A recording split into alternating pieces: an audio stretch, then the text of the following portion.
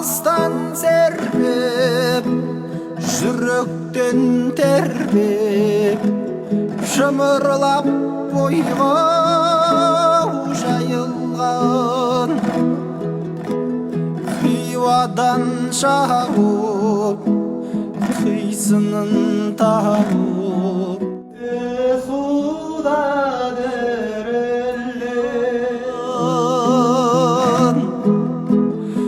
толғауы 90 қызыл